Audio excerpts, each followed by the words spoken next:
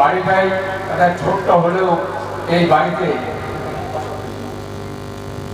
যাতে শেখানো যায় সে মনস্থির করেছিলাম।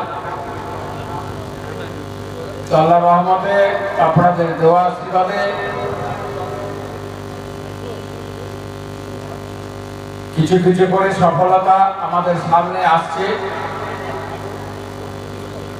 প্রথমে আমাদের ছাত্র 2022 সালে 32 জন ছাত্র ছিল। 2022 না স্যার 2020 না 2022 এর ছাত্র ঠিক বলেছেন।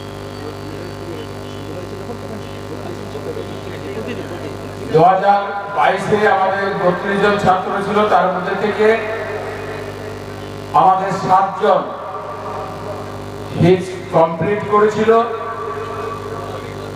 7 জনকে আমরা